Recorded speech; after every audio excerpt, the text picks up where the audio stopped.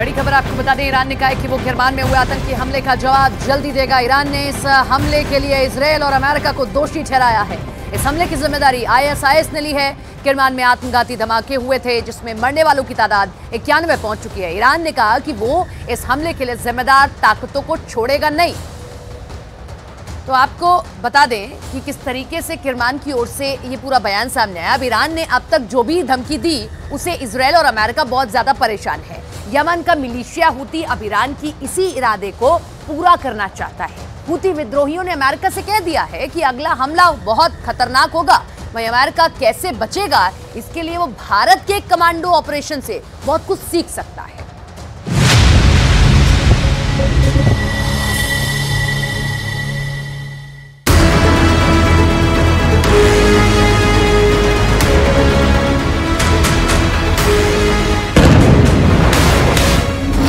ये वो वीडियो है जिसे देखकर बाइडन हिम्मत जुटा सकते हैं। ये वो वीडियो है जो अमेरिका का डर खत्म कर सकता है। ये वो वीडियो है जिसे देखकर भारत पूरी दुनिया के सामने मिसाल बन गया है। ये वो वीडियो है जिसे देखकर अमेरिका के मशहूर सील कमांडो भारत के मार्कोस कमांडो से सीख सकते हैं। देखिए कैसे भारतीय नेवी के कमांडो एक अगवा हुए जहाज की तरफ बढ़े। कमांडो जहाज पर सवार होते हैं और चारों तरफ फैल जाते हैं। एक एक कोने की तलाशी ली जाती है। जहाज पर कब्जा करने वालों को ललकारा जाता है और फिर ऑपरेशन जीत लिया जाता है। पूरी खबर यह है कि भारतीय नौसेना के मार्कोस कमांडो ने सिर्फ 2 घंटे के अंदर एक कार्गो जहाज को मुसीबत से बचा लिया। मार्कोस यानी मरीन कमांडोज, इस फोर्स ने सोमालिया के समुद्री लुटेरों में दहशत पैदा कर दी। भारत की इस कमांडो टीम ने ऐसा ऑपरेशन चलाया कि समुद्री लुटेरे भाग खड़े हुए और कार्गो जहाज पर बंधक बनाए गए 21 लोग छुड़ा लिए गए। इस कमांडो ऑपरेशन में भारतीय नौसेना ने उत्तरी अरब सागर में लाइबेरिया के झंडे वाले मर्चेंट शिप MV लीला शिप को बचाकर दिखाया है। इस कमांडो एक्शन में इंडियन नेवी के स्पेशल समुद्री कमांडो फोर्स मार्कोस पूरी दुनिया को बता रही है कि समंदर में दुश्मनों से कैसे लड़ा जाता है। ये जान की बाजी लगाने जैसा है, दुश्मन की गोलियों का सामना करने जैसा है। भारत ने इस जहाज को बचाने के लिए पूरी ताकत लगा दी।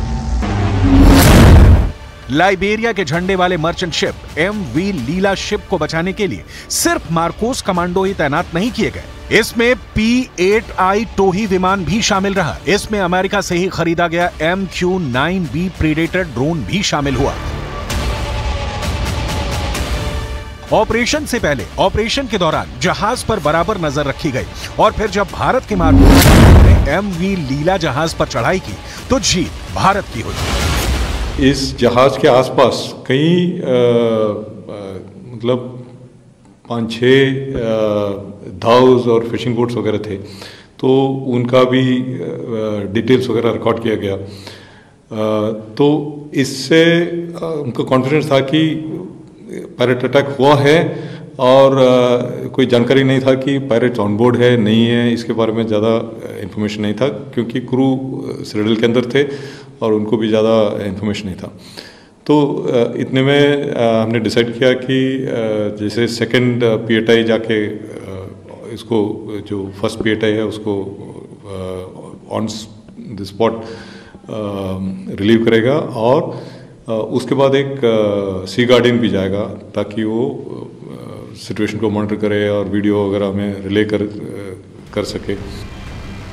सवाल है कि ऐसी हिम्मत अमेरिका क्यों नहीं दिखा पाया जो इस वक्त लाल सागर में मौजूद होने के बावजूद यमन के हूथी विद्रोहियों से घबराया हुआ है। क्या अमेरिका के सील कमांडो भारत के मार्कोस कमांडो से कमजोर हैं? क्योंकि यहां तो मार्कोस कमांडो ने 2 घंटे में ऑपरेशन करके दिखाया है। भारत ने हर टेक्नोलॉजी और मिलिट्री पावर का इस्तेमाल करके समुद्री लुटेरों को डरा दिया, भगा दिया। अमेरिका तो खुद को सुपर पावर कहता है। आखिर उसका कैरियर हूथी विद्रोहियों को देखकर लाल सागर से क्यों भाग गया? जब गाजा में इजरायल की बमबारी चल रही है, जब लेबनान बॉर्डर पर इजरायल और हिजबुल्लाह की टक्कर हो रही है, तब हिंद महासागर के एक पश्चिमी कोने में इस वक्त तूफान मचा हुआ है। हालात बहुत ज्यादा खराब है और अब यहां युद्ध का ऐसा खतरा है कि सवाल खड़े होने लगे हैं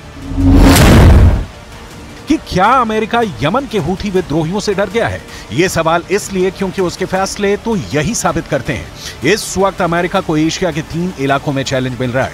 चैलेंज नंबर 1 अरब सागर, चैलेंज नंबर 2 आदेन की खाड़ी, चैलेंज नंबर 3 लाल सागर। इस वक्त हूथी विद्रोही लाल सागर में इजरायल से जुड़े जहाजों को टारगेट बना रहा है, इसीलिए अमेरिका ने अपनी नौसेना लाल सागर में तैनात की हुई है। यमन के हूथी विद्रोहियों ने कह दिया है कि जो भी लाल सागर में अमेरिका के साथ आएगा उस पर हमला जरूर होगा।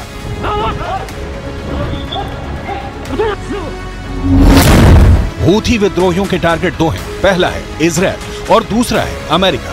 हूथी विद्रोहियों ने इजरायल के शिप को टारगेट करना शुरू कर दिया है। वो अमेरिका को भी अपना दुश्मन नंबर 2 मानता है।